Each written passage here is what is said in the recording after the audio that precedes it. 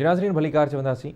हाँ ज़िक्र कंदासीं घोटकी ज़िले जो। हूँ तो जेके अपर सिंध जा ज़िला आहिनि कशमोर, कंदकोट, घोटकी, शिकारपुर ऐं उन में लाड़काणो बि अची वञे थो।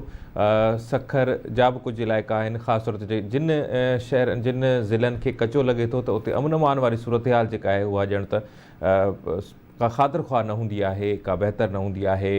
अगवाऊं फुर मुख़्तलिफ़ जेके आहिनि वाक़िया उहे पेश अचनि था। पर घोटकी ज़िले में हिननि 10 महीननि जे अंदरि जनवरी खां वठी हेल ताईं 81 माण्हू मुख़्तलिफ़ वाक़ियनि में मारिजी विया आहिनि।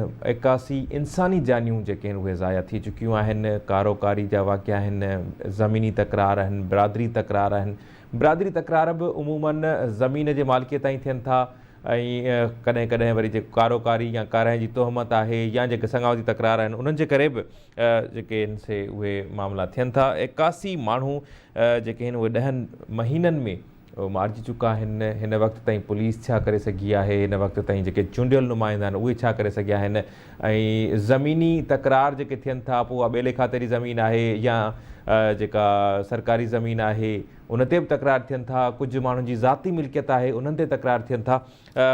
हिन वक़्त ताईं थी छा सघियो आहे, चूंडियल नुमाइंदा कहिड़ो किरदारु अदा करे सघिया आहिनि बिरादरी तकरारनि खे रोकण जे लाइ, SSP घोटकी छा करे सघियो आहे या घोटकी पुलिस हिन वक़्त ताईं छा करे सघी आहे, सखर रेंज जी पुलिस छा करे सघी आहे। अॼु पाण ॻाल्हि ॿोल कंदासीं हिन वक़्तु मीरपुर माथिले मां आवाज़ TV न्यूज़ जे ज़िले रिपोर्टर लतीफ़ वसीर जॉइन कयो आहे। लतीफ़ प्रोग्राम में भलीकार चवां थो। वॾी महिरबानी अली रज़ा साईं। लतीफ़ ॾाढी ख़तरनाक सूरत हाल आहे ऐं ॻणती वारी सूरत हाल आहे। 81 इंसानी जानियूं ज़ाया थी वञनि सिर्फ़ु 10 महीननि में, उहो बि बिरादरी तकरार ऐं जेके संगावती तकरार, कारहाइं जी तोहमत। छा सूरत हाल आहे हिन वक़्त ताईं जेके इंतिज़ामिया आहे या जेके चूंडियल नुमाइंदा आहिनि ऐं ज़िम्मेवार जेके शख़्सियतूं आहिनि उहे करे छा सघियूं आहिनि? जी अली रज़ा, पहिरीं ॻाल्हि त असांजे हिन सखर रीजन डिस्ट्रिक्ट घोटकी में जेके कुझु साल 2022 10 महीननि दौरान हिन ज़िले अंदरि 81 इंसानी जानियूं क़तल थियूं आहिनि। उनमें 62 जेके नी उहे क़बीलाई तकरार, ज़मीनी मामला या घरू मामला ऐं 19 जेके नी उहे कारोकारी जे इल्ज़ाम हेठि माण्हू क़तल थिया आहिनि, जंहिंमें मजमूई तौर ते इन्हनि जो जेको अंग बीहे थो 81 आहे।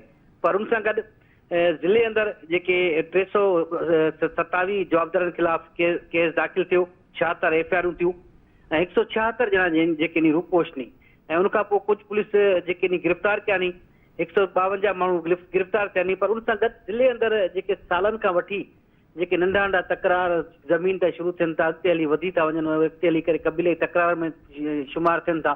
पर उन जा जॾहिं झेड़ा थियनि था उहे माण्हू एतिरो त एहतिजाज बि कनि था, कातिल गिरफ़्तार कोन था थियनि, अॻिते हली करे तकरार वधी था वञनि। पर घोटकी ज़िले अंदरि जेके मुख़्तलिफ़ थाणा नी ही जेके क़तल थिया नी, ज़िले जे 20 थाणनि जे मुख़्तलिफ़ हदुनि में क़तल थिया नी, केस दाख़िल थिया नी, पर अञा सुधो कुझु जवाबदार गिरफ़्तार थिया नी, कुझु के जेके नी उन्हनि जा जवाबदार गिरफ़्तार न थी सघिया, उन्हनि जा जेके वारिस नी उहे एहतिजाज बि कनि था कि जेके 81 इंसान क़तल थिया नी, पर 81 जेके फैमिलियूं नी उन्हनि जा ॿार बच्चा उहे बि इहे सम्झो त बेघर थिया नी। पर उन सां गॾु ज़िले अंदरि जेके क़बीलाई तकरारनि जे करे ख़ासि तौर ते शहर सीलरा, दोंदू जेके नी शहर तकरार, भूटा न्याज़ी तकरार, खानपुर मार थाणे जी हद में जेके नी गॾाणी पिताफी तकरार, अहिड़ी तरह खोड़ तकरार हलनि था।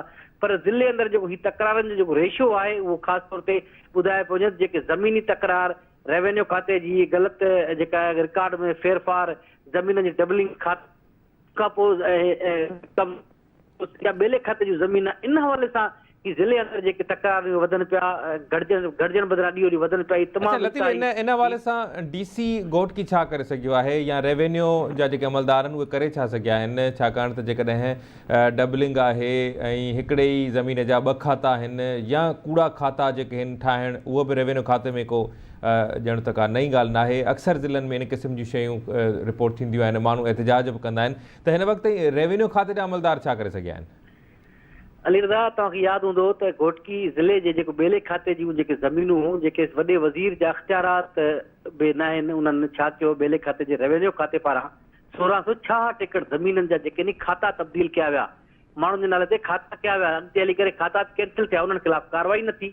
हीउ जेको मामिलो आहे ज़िले घोटकी अंदरि, उहे आम माण्हू जिन जा मसइला थियनि था, DC ते वञनि था, ACs ते वञनि था, तपेदारनि ते मुख़्तियार करनि ताईं, पोइ सिलसिलो हलंदो हलंदो केतिरा ई महीना, केतिरा ई साल लॻी था वञनि, अॻिते हली करे झेड़ा थियनि था।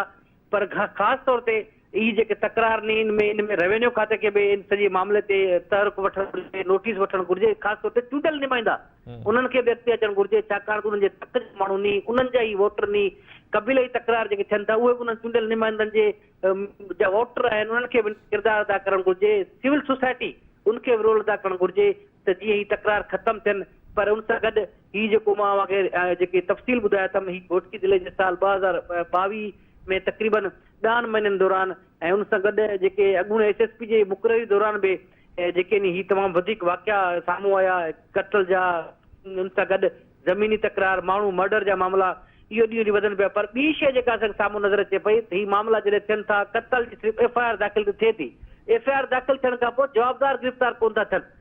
आम माण्हू जेके जंहिंजो माण्हू कत्ल थी थो वञे, इंसाफ़ जे लाइ उहो थाणे खां SP ताईं, SP खां थाणे ताईं थिए ईअं थो, उहो अॻिते हली करे मामिलो उहो अॻिते हली करे अञा वधीक जेको आहे तकरार में या त उहे जेके माण्हू कानून हथ में खणनि था, माण्हुनि जो कानून ते वैसाव जेको आहे उहो घटिजी वञे थो। वॾी महिरबानी लतीफ़ हिन हवाले सां अपडेट करण जे लाइ। जी नाज़रीन, असां राब्तो कयो आहे SSP घोटकी आहिनि तनवीर अहमद तुनियो साहब, हिन वक़्तु असां सां टेलीफोनिक लाइन ते गॾु आहिनि। तुनियो साहब, प्रोग्राम में भली कार चवां थो। महिरबानी साईं, थैंक यू। वॾी महिरबानी। तुनियो साहब, कीअं था ॾिसो, तव्हांखे कुझु टाइम थियो आहे हिन वक़्तु तव्हां घोटकी में SSP घोटकी जी पोस्ट संभाली आहे, चार्ज वरिती आहे, पर जनवरी खां वठी हेल ताईं माज़ी जी ॻाल्हि नथा कयूं, सिर्फ़ु हिन 10 महीननि जी ॻाल्हि कयूं था त 81 इंसानी जानियूं ज़ाया थी चुकियूं आहिनि। FIRs बि थियनि थियूं, कुझु माण्हू गिरफ़्तार बि थियनि था, पर केतिरा ई माण्हू जेके आहिनि उहे गिरफ़्तार बि नथा थियनि, ऐं जेके मुतासिर धुर हुजे थी उन्हनि खे इंसाफ़ नथो मिले, पोइ मजबूरन उहे या कानून हथ में खणनि था या कानून तां वैसाव घटिजी वञे थो। त इनखे कीअं बहाल करे सघिजे थो, ऐं हिन वक़्तु ताईं तव्हां जॾहिं खां चार्ज संभाली आहे त जेके ज़मीनी तकरार थियनि था या जेके माण्हू मर्डर थियनि था, कहिड़े बि मामले ते, संगावती तकरार आहे, कारां जी तोहमत आहे, त उनजे लाइ अव्हां कहिड़ी हिकमत अमली जोड़ी आहे, अव्हां करे छा सघिया आहियो? सभ खां पहिरियों त मां तव्हांखे ॿुधायां त मूंखे तक़रीबन इंटीरियर में सर्व कंदे काफ़ी टाइम थियो आहे। मां हुन खां पहिरियों SSP शिकारपुर बि रहियो आहियां। सिंध में जेके असां वटि मर्डर्स आहिनि उन में मुंहिंजे हिकिड़े रफ़ अंदाज़े मुताबिक़ थी सघे थो त मूं वटि एग्ज़ैक्ट फिगर न हुजनि, जेको असां वटि मर्डर थिए थो उन मां 70% जेके मर्डर्स आहिनि उनजो जेको बुनियादी वजह आहे उहो ज़मीनी तकरार ई आहे। असां वटि अनफॉर्चुनेटली इन शइ ते फोकस न कयो वियो आहे ऐं ज़मीनी तकरार ख़ासि तौर ते जेके लैंड जे ज़मीनी जा जेके इशूज़ आहिनि उहे हल न थियण जे करे माण्हुनि में पाण में काफ़ी सारो तज़ाद थिए थो। पुलिस जेको आहे ज़ाहिर आहे क्राइम खे प्रिवेंट बि करे थी, हिकिड़ो ऑर्गनाइज़ क्राइम आहे, मोटरसाइकिल डकैती आहे या हीअ, पर हीउ जेको ख़ासि तौर ते जेको कत्ल जो क्राइम आहे जेको तमामु घणो संगीन बि आहे, इन जे लाइ तव्हां ॾिठो हूंदो त एतिरा को असराइता उपाउ जेको आहे सॼी सिंध में कोन आहिनि। हिकु त माण्हुनि खे ख़ौफ़ कोन्हे को, नंबर 1 त उन्हनि खे का सज़ा मिलंदी। नंबर 2, असां वटि अनफॉर्चुनेटली इन्वेस्टिगेशन जो बि हाल तमामु बुरो आहे। नंबर 3 इहा ॻाल्हि आहे त असां वटि जेके माण्हू आहिनि उहे सच न ॻाल्हाइनि था। FIR में ओवर नॉमिनेशन थिए थी, अगरि 2 माण्हू कत्ल में इन्वॉल्व आहिनि, 3 इन्वॉल्व आहिनि त पूरे जो पूरो कुटुंब ख़ानदान खे क्राइम में हिन में इन्वॉल्व करे छॾनि था। उनजे करे क़बीलाई झेड़ा बि थियनि था, उहो पोइ माण्हू इश्तिहारी थियनि था, रूपोश थियनि था, पोइ वञी करे जंग वसाइनि था, पोइ जोहारी थियनि था। तव्हां ॾिठो हूंदो त अक्सर उन्हनि इलाइक़नि में जिते क़बीलाई तकरार घणा आहिनि, जिते माण्हू क़त्ल घणा कनि था, उते वरी क्राइम बि तमामु घणो आहे। इन सॼी सिचुएशन में मां सम्झां थो त पुलिस जो पंज जॻह ते बिल्कुलु रोल आहे, पर असांखे रेवेन्यू जे रिकॉर्ड जे तरफ़ बि तवजह ॾियणी पवंदी ऐं असांखे जेके रेवेन्यू सां रिलेटेड मसइला आहिनि उन्हनि खे फोकस करणो पवंदो। उन खां अलावा असां वटि ऑनर किलिंग, कारां जे इल्ज़ाम में औरतुनि जो क़त्ल, मर्दनि जो क़त्ल थिए थो, उहे बि अक्सर कूड़ा क़त्ल थियनि था। ज़ाहिर आहे उन्हनि जो इल्ज़ाम ॾेई करे उनखे मारे वञे थो ज़ाती मुफ़ादनि लाइ, उनजे लाइ काफ़ी सारी कानून साज़ी थी आहे। पर मां सम्झां थो त कारे वारे इल्ज़ाम जे हिसाब सां अक्सर तौर ते पीउ क़त्ल करे थो, भाउ फरियादी थिए थो, भाउ क़त्ल करे थो, पीउ फरियादी थिए थो, ऐं हिते असां वटि उनखे बाद में हिक ॿिए खे माफ़ करे छॾनि था ऐं उहो जेको औरत जो क़त्ल आहे उहो लुड़ी वञे थो। सही तव्हां माना इन शइ खे तव्हां कीअं था ॾिसो या तव्हां इन शइ खे मञो था त जॾहिं कंहिं बि माण्हूअ खे, कंहिं बि शहरीअ खे इंसाफ़ नथो मिले त पोइ उहो कानून हथ में खणे थो, कानून तां वैसाव घटिजी वञे थो ऐं उहो ॿेलनि में वञी रहे थो ऐं उहो पोइ क्रिमिनल बि बणिजी वञे थो ऐं ॾोहारी बि बणिजी वञे थो।